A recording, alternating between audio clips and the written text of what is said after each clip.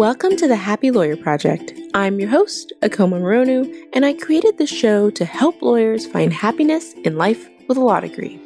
Together with my guests, we provide the knowledge, skills, insight, inspiration, and encouragement you need to find your happy.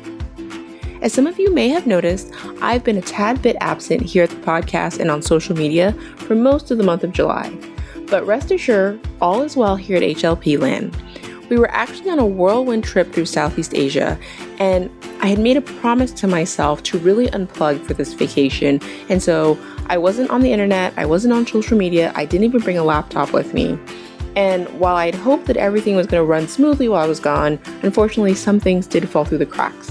I've learned lots of lessons, and so hopefully I'll still be able to vacation in the future and things will go more smoothly. But I'm also feeling super reinvigorated, re-inspired, and I'm so excited about all the things that I have coming up for you guys in the coming month. So welcome back. I'm happy to have you here, and on to today's show. Today, I will be chatting with Jaya Saxena about her work as a diversity and inclusion strategist and how she takes her training in wellness and health and integrates that into the strategies that she develops. We also dive into her journey out of the practice of law and into career development, and also her work in social justice advocacy. She's got a lot going on, and I think it's a really interesting episode, so I hope you guys enjoy.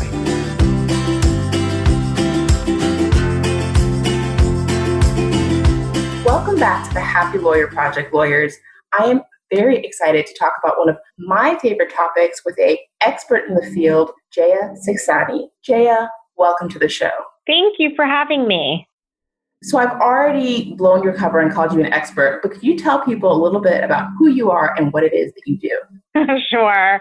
So I will start off with a little bit about my personal background, because I think oftentimes our personal life experiences shape who we are and what we do. And so I am the daughter of South Asian immigrant parents. My mother and father came here from India in the early 1970s. And while I don't think there is a singular immigrant experience or story, my parents were like many other immigrant families in that they made tremendous sacrifices. They left behind, a life that they had known, and really did so that my sister and I could have more opportunities and just more choices, I think. And so that has certainly shaped a lot of the work that I do and just my identity in general. I'm also a wife, and I'm a mother to two spirited little girls. They are 14 months and 5. So that's just a little bit about my personal background. In terms of professionally, I describe myself in several ways. One is as a diversity and inclusion strategist.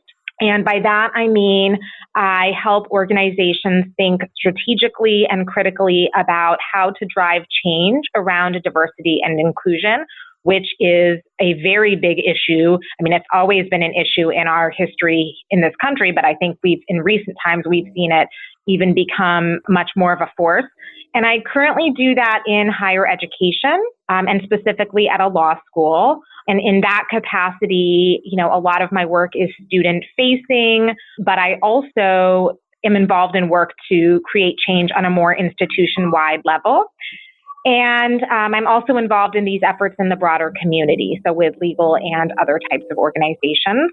I also describe myself as a career development professional / coach, and I have worked with hundreds of individuals as they navigate their career and professional development. That includes individuals thinking about a career in the law students, obviously, and attorneys. But I've also worked with folks who are not even in the legal profession. And this work can relate to a wide spectrum of issues. So in the career and professional development space, it can, begin with helping someone self-reflect on where they are and where they want to be. It can also involve more concrete things like, helping someone draft a strong resume or a cover letter, or prepare for an interview or think more about how to build a network and establish relationships in their industry. I also have a health and wellness coaching background, which I can talk about later. And I bring some of that skill set into the work that I do with respect to the career development piece. And I'm also a social justice advocate. So I am very committed to advocating for vulnerable groups or communities and for positive social change. Much of that stems from my work as a legal aid attorney. So I am a former practicing attorney. And even though I don't practice anymore, I remain connected to a lot of the issues that I care about through volunteer and leadership work in the community. So I think I've heard you at one point say that you describe yourself as being multi-passionate, and I love that phrase. And so I think that is how I would probably also describe myself in terms of all the things that I care deeply about. You've got so much on your plate, and I think that one of the things that a lot of young lawyers would be interested to know is how do you layer those things in? Because you mentioned formerly being a practicing attorney, and I think sometimes when you come out of law school, you already have all these passions and you want to kind of attack everything at once. And for some people that works, but for other people, you kind of build things into your life one at a time. So I'd be interested in knowing a little bit more about how you transition through your journey, adding each of those things into your life. Yeah, I mean, I definitely don't think career paths or even our road to success is linear. For most of us, we wouldn't necessarily expect to be doing what we're doing today, for instance, when we were back in law school. So I know that when I was thinking about law school, when I was a law student, I didn't know that I would be doing what I do now. And so I think for me, a lot of what's led me to the different opportunities that I've had is sort of this balance between having a vision or a goal for what I might want to be doing while also keeping a very open mind and being open to the unexpected, to being open to opportunities that might just sort of surface. And so I think for me, a lot of it's been, trying to really think about what do I care about, what's important to me, how can that manifest itself in a professional way, but also just keeping a very open mind. And I think had I not done that, a lot of the opportunities that I have or roles that I've taken probably would not have, I wouldn't have been in them. So I think to some extent, I think of it with that sort of perspective. And do you ever wrestle with the feeling that if you were more dedicated to just one thing, you would be more successful at that singular thing? Because I think for a lot of people out there who are dabbling in a lot of different areas, they may feel like they're splitting their attention and their efforts. Yeah. That's a really interesting point, right? Because I think for so many of us, I know you probably can relate to this, we're doing a lot of different things. And for some, like myself, I think there are times where I get overwhelmed, but for the most part, I thrive. So I feel like I'm thriving when I have a lot of these different things going on. And I think it's really important to remember. So I can relate to that feeling of, am I doing any one thing well because my hands are in different pots? Or if I just did this one thing and that alone, would I be more effective at it? And I think it's really important to remember that we have choices. And I think if we think about, I have, at least to some extent, choices about my time and my schedule. And, someone who's written a lot about this is Bridget Schulte. She wrote a book called Overwhelmed: Work, Love, and Play When No One Has the Time. And I really loved that book when I read it. And one of the things she talks about is that we actually, as individuals, are empowered to some extent. I mean, obviously, there's a lot in life that we don't have control over, but there is a lot that we do. And so I think for me, when I think about time, and this is sort of tangentially, I think, related to this question, but when I think about time, there are certain knowns. We know it's finite. We know how many hours are in a day, but there's a lot that we have choices, there's a lot that we have choice about when it comes to how we use that time. What do we do with the time that we have? And so every day, I think we make those choices. So I've really tried to think about it from that approach. When I don't exercise today, that is, to some extent, that's a choice I'm making. And so it helps me feel empowered. And so I think I've made certain choices. I've made the choice to do X number of things in any given day. And so I think for me, it helps me to feel empowered to some extent over the time that I have when I think about it that way. I think that's a really good point. And ultimately, it also feels empowering to know that you are in control of creating your own unique space in which to be successful. Because I think that the idea that, I do dabble in a lot of things, but I know I'm never going to be the best real estate investor. I know I'm never going to be the best podcaster or the best, and I wouldn't be happy doing just that. But I might be the best lawyer, podcaster, real estate investor, mother, I don't know how many of those there are out there. So. Right.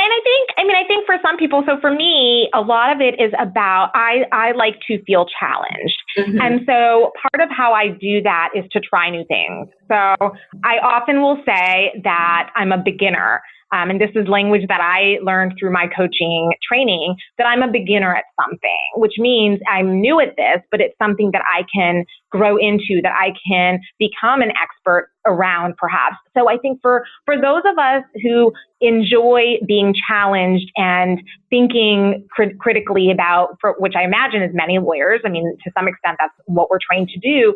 It means that I do often take on more because I want to learn and grow as a person.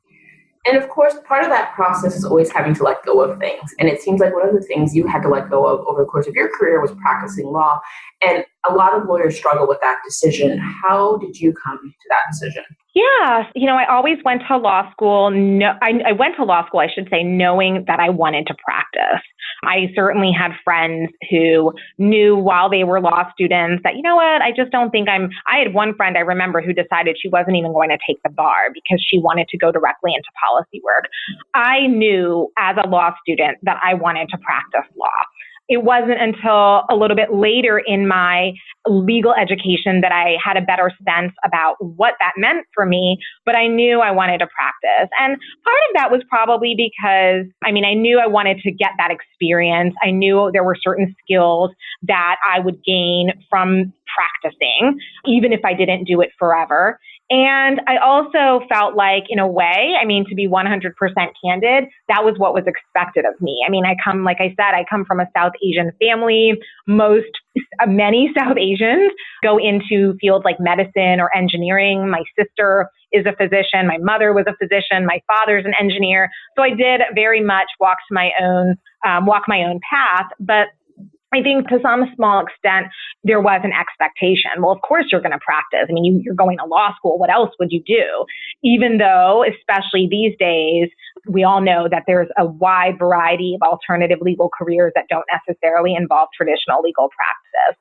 So when I graduated law school, I worked for a judge for the first year, and then I went directly into legal practice, which is what I did for about 5 years as a staff attorney with Maryland Legal Aid. So much of my background is related to the representation of low-income clients in a really broad spectrum of civil litigation matters. And so I learned tremendously. I appeared in a variety of hearings and court proceedings.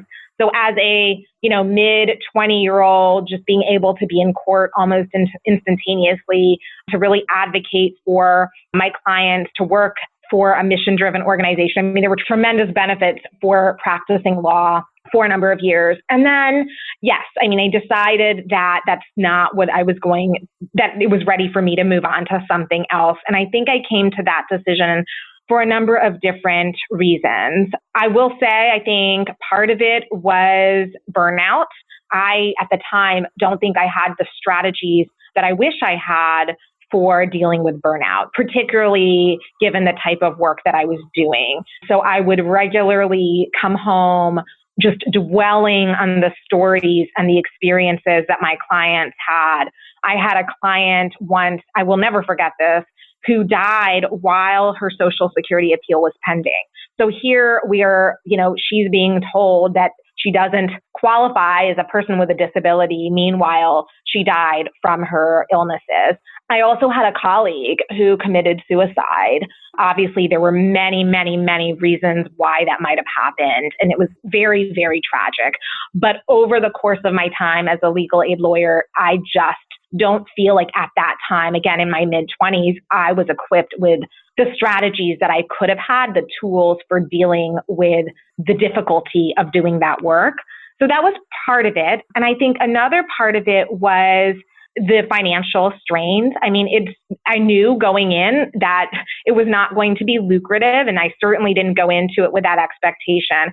But I remember that I graduated law school when I was 27, and I remember I lived in a really nice, small studio apartment. I was practicing law, and I remember regularly starting to get these notices that my rent was late.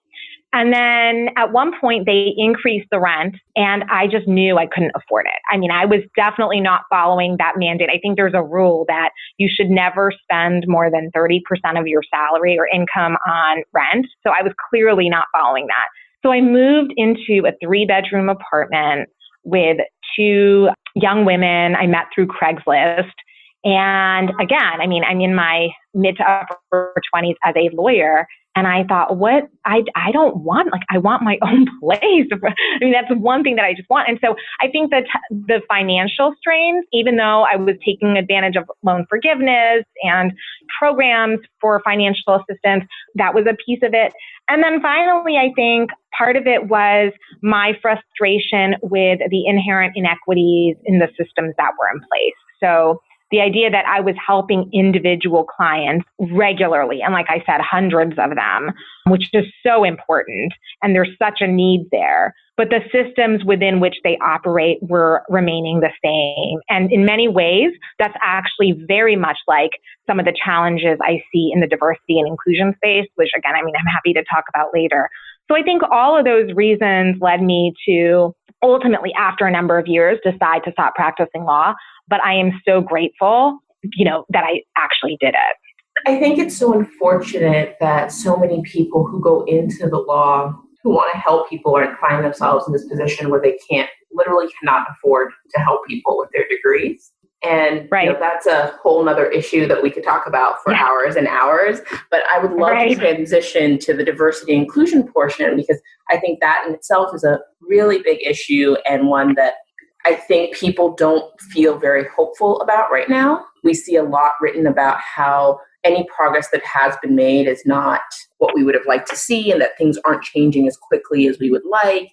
And it can be really discouraging. And so I would love to chat a little bit about what you're seeing in the industry and what gets you excited and makes you hopeful in the diversity and inclusion space. So I love that question. I love that you phrased it in a very positive way, because I think it's very easy to get disheartened when it comes to really looking at what's happening in our countries around diversity and inclusion. And so I really love this question. And I think there are a lot of things that actually make me hopeful and get me excited. And so I'll give you a few examples. So one is just our young people, our youth. Like I said, I have children, and obviously they really inspire me on a daily basis. But I was at a training at my daughter's school, and I've been to quite a few diversity and inclusion related trainings, but I've never been to one where students train adults, basically. And so at this training, high school students trained a group of parents around diversity and inclusion. And I was very curious to see how would they do it? What would they talk about? How would they approach it? And they were not only poised and incredibly intelligent, but they were able to bring a group of pretty much random adults together to have a difficult conversation around privilege and race. So I'm sitting here in this meeting and I'm just in awe, because it's not easy to have these very hard conversations, yet it's so important, and it really is a step towards progress and change. And at the end of this training, we really had a very honest and candid and not necessarily easy conversation around some of these issues. So that is definitely one, just our young people and the hope and the activism that I see in them. Another thing that makes me hopeful is the fact that more and more organizations are approaching their diversity and inclusion efforts with a sense of urgency. So this change does not happen quickly. It definitely does not happen overnight. Yet organizations are recognizing that this is critical. We can see countless examples, Starbucks just being one, right? Where organizations are recognizing that this is urgent, that we really need to start having tough conversations. Maybe we need to create an exclusive role, of a senior level role around that focuses on this work. So I just think the momentum that I'm seeing in terms of what organizations are doing and the desire to have these conversations and make and create change is very hopeful. I also think, and I remember, so one of the people that who's amazing, who does this work is Vernee Myers.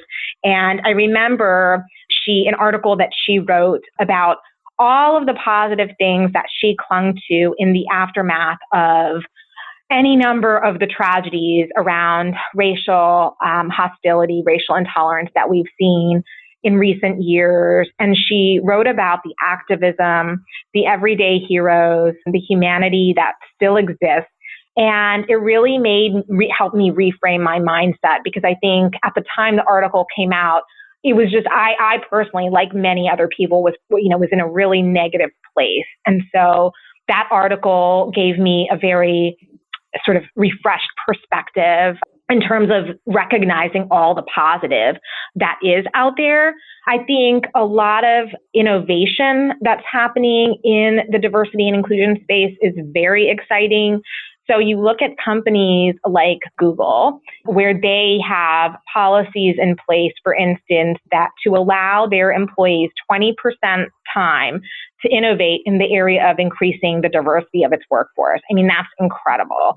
In the legal context, you have things like there's an organization called Diversity Lab, and they have hackathons every year where organizations, partner with law firms and legal departments to hack the legal industry's toughest challenges.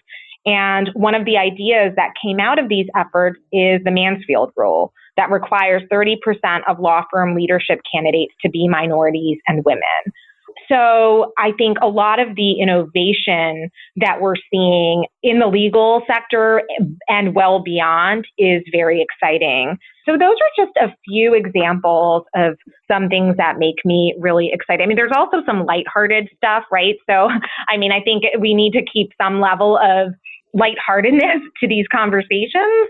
And Vernee Myers was actually on The Bachelorette, so the reality show The Bachelorette, and I think one of the past seasons that featured Rachel Lindsay, who's the first Black woman to be on the show. And she was featured in one of the episodes, and she was able to talk about race in a reality show broadcasted on national television. I thought that was super cool. Also, the recent marriage of Prince Harry to Meghan Markle, right? I mean, we saw all of the hoopla and the publicity. And I'm sure there are some people that were just sick of it. But I was actually really excited to read and to see all about what it represents to have someone who looks like her become part of the royal family, and to see the wedding and to see the diversity in that space. I thought that was really exciting. So I think as difficult as this work is, there is so much to be hopeful about. And there is so much that gets me excited in terms of the possibilities. It is exciting. And it's also very easy, I think, to focus on all the change that hasn't happened. So it's so important to take the time to recognize how far we've come. And I think as an immigrant myself and as a Black woman, I know that there is no time in history that I would have had as much opportunity as I have now. Right. I mean, we hear every day there's an article, and I'm not saying that this is not important. We clearly have to address this, but every day there's an article about the lack of progress, right? I mean, you just open up your Twitter feed or read, the paper, and yes, there is so much, even with the Starbucks incident, there was so much critique that came out about how they handled that.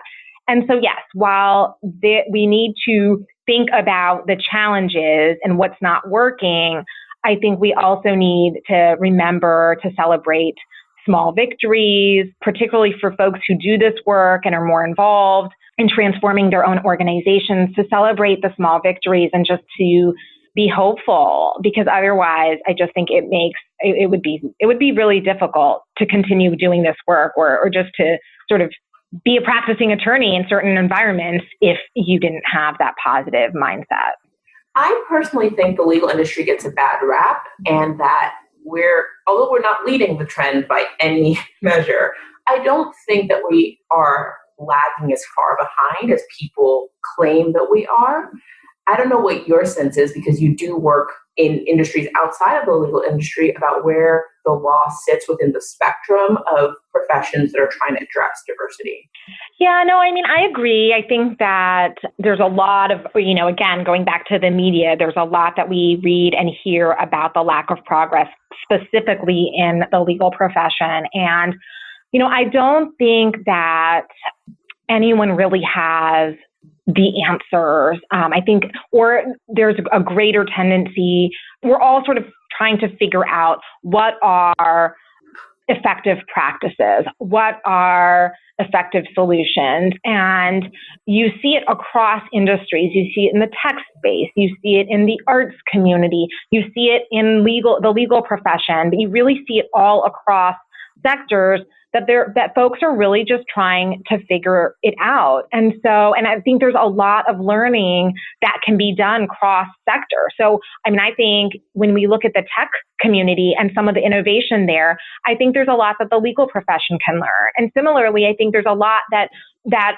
legal organizations are doing that other industries might be able to learn from. And so I think it's really important to recognize that in a way, we're all in this together. I mean, we're all trying to figure out what's working, what's not working, how can we move the needle.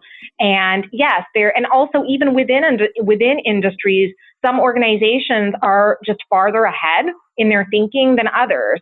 So I don't know. I just, for me, it's hard to compare, because I think every organization is in a different place perhaps. And I think it's just really important to try to learn from one another and to remember that we're all trying to create a better world. We're all trying to create workplaces and organizations where people feel that are diverse and where people feel like they belong.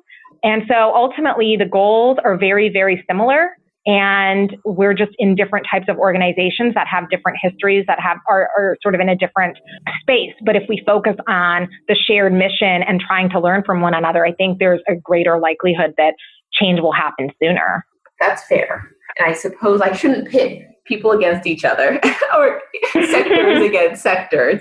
I think there's so many interesting issues that we can talk about in the space. And I don't want to take up too much of your time on that, because there's a lot of stuff I would love to touch on briefly in the health and wellness space, because you do have some coaching experience. And as you already mentioned, you didn't have the skills when you were a young lawyer to kind of cope with the stress and anxiety of the profession. So I'd love to take some time to hear kind of any tips you may have for young lawyers out there who are struggling to manage kind of the mental health component of practice, and any easy strategies for them to turn things around.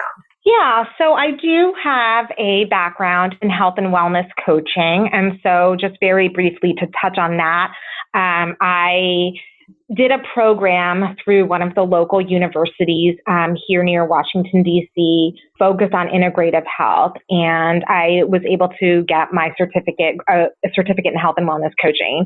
And a lot of the skills that I gained were tools to help empower individuals to really look inward, to restore and preserve health and well-being, and ultimately to transform their lives and to live and be well, right? Well-being at the end of the day, we want to all be well. And so part of that was also learning about the importance of asking questions in a way that will provoke thought and reflection. There were some powerful teachings, like the fact that our bodies are wise and we can learn from them if we take the time to listen. So that's something, for instance, that I think about all the time, that my body is actually very wise and it's telling me things in subtle ways, but I have to really pause and listen to really appreciate that. So if I'm not feeling right, if something's not feeling right in my body, and granted, not everything is a problem, but if I'm not feeling right, what does that mean? If I have a headache, so if my head hurts, I could certainly go and get an aspirin and just sort of do a quick fix. is there more for where that's coming from? And so I think one simple thing for that applies to anyone really is just recognizing that our bodies are wise and that we can learn from them, but we really have to take the time and listen. And I think going back to the earlier point about empowerment, I think it's really important to recognize that oftentimes we really do have the resources within to create change in our own lives. I think, there's a lot of talk about mindfulness, and I could certainly share, a very simple or practical exercise around that, but just this idea that mindfulness practices can not only, for law students in particular, can not only help make you a more effective law student and lawyer. So there's actually a direct link between mindfulness and success as a law student and as an attorney. And then there can also obviously be so many personal benefits just in terms of dealing with the potential stresses that come with being a law student. So I think my health and wellness coaching background is very much related to all of the work I do. I also think there's a very strong connection between health and wellness and inclusion. And I just want to point that out briefly because I work in both spaces. And I think that when we feel, and there's a lot of work, there are a lot of experts and people in the field who have written about this, but when we as individuals feel a sense of belonging in a place, in an institution, in a community, that actually impacts directly our sense of wellness, our sense of well-being. So I think there's a very important linkage there between those two concepts. And so I hope that answers your question, but I can add more or dive deeper if that would help. I love that answer so much because I actually recently just someone interviewed me for their podcast and they asked me a similar question about kind of the strategies that I use. And I spoke about a similar emphasis on listening to the body. And I think that as lawyers, sometimes we can get too in our heads and be too cerebral, intellectual about how we make decisions. And, the reason lie detector tests work is because your body reacts to the things that you think. And they're so closely intertwined. It's not that most people can't fool a lie detector test because they can't control their body to that degree. And obviously, if you don't know you're lying, does your body know you're lying? Is all that with regard to lie detector tests. But there is some linkage there between what you're thinking and what's happening in your mind and the physical body's reaction to that. And I think the more that you are in tune to the way your body reacts to things, the more you can use it as a signal for how you feel about the way your life is going. Absolutely, right? And I also think that has a lot to do with this idea of resiliency. Whether it's any setback or any sort of negative experience, it could be something like, getting a really bad grade or having an argument with a family member. Like you said, our body reacts to almost any situation. And if we take time to really pause and think about what's happening, that can really help us in terms of moving forward from whatever experience that is. And I think, especially in these days, right, there's all this talk about being busy. You and I have spoken about, how do we manage all the very different things that we're engaged in or that we're doing. And I think it's so easy to ignore what our bodies are telling us, or it's, so easy to think of something else that's more important or to put it off as something that doesn't require immediate attention.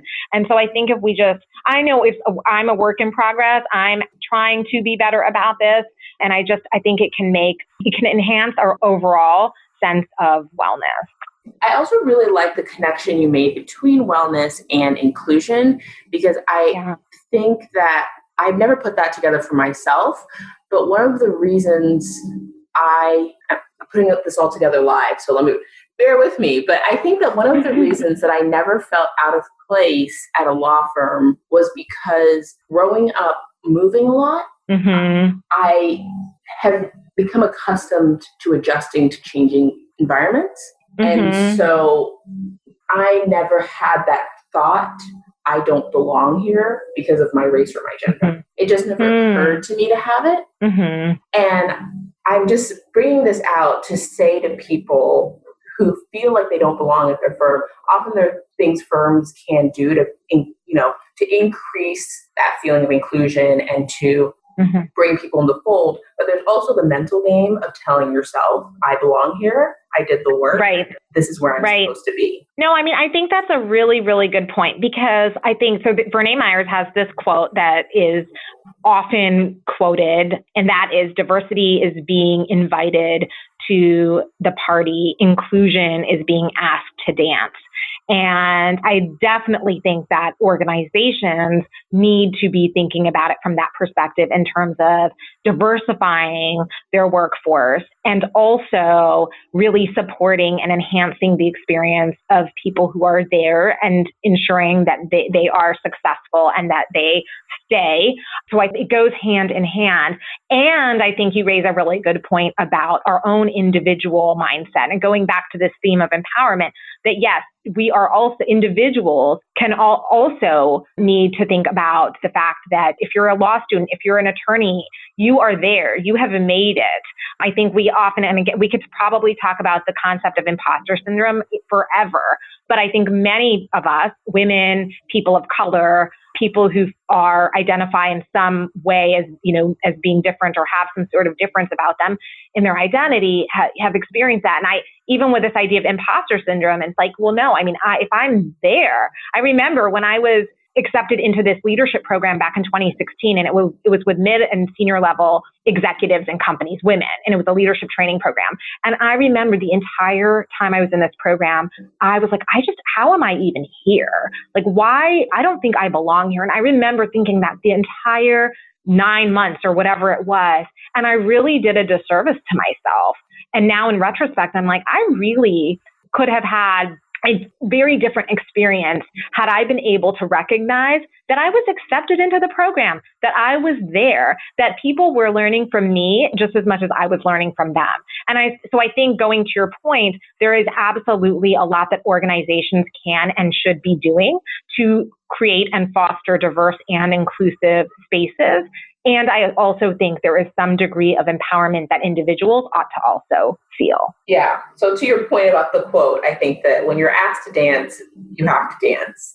Right. You have to be willing to get in there and make a fool of yourself, because let's be honest, it's not always going to be a perfect fit. And I think the idea of fit is challenging in and of itself, but it is. Or if you're not explicitly asked, what can you do to get on the dance floor? Yep. Right? I mean, we can take that metaphor in so many different directions, or that phrase. Yeah. But I do think, that you raise a really good point there. Absolutely. Well, I've really so enjoyed having you share your story here today. And I just want to touch on a couple more things before we wrap up. What is the best way for people to follow you, see more about what you're working on, get in touch with you if they have any questions? Sure. So I can be followed on Twitter at the Zen Legal Mama, all one word. And I'm also on LinkedIn.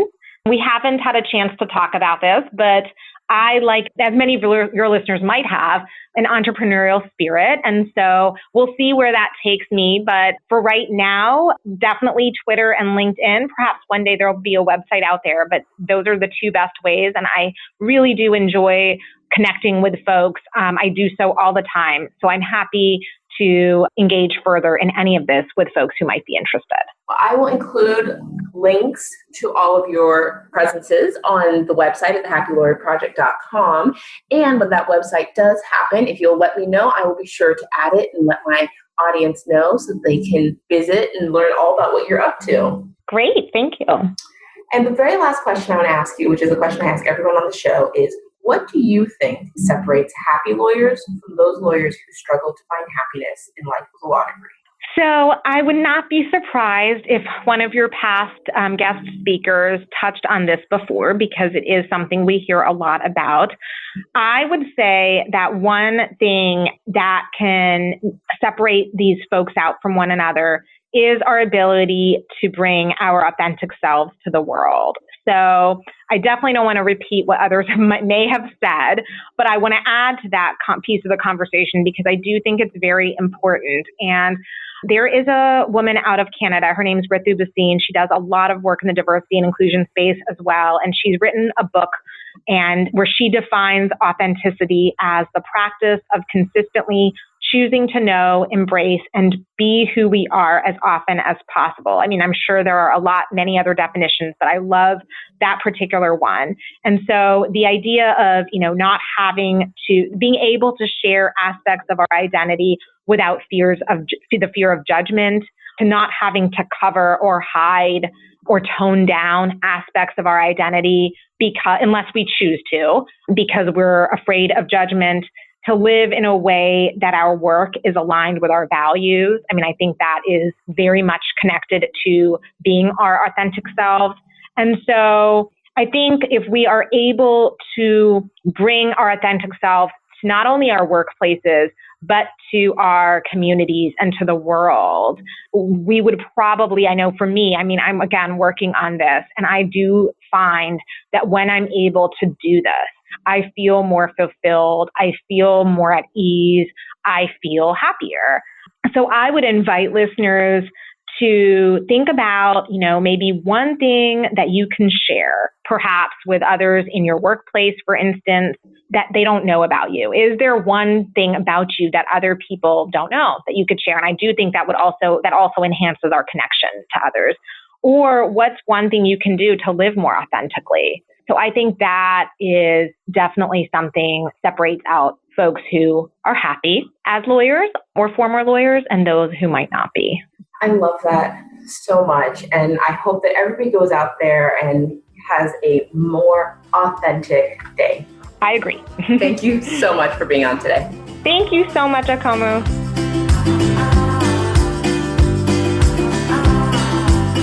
Thank you so much for listening today.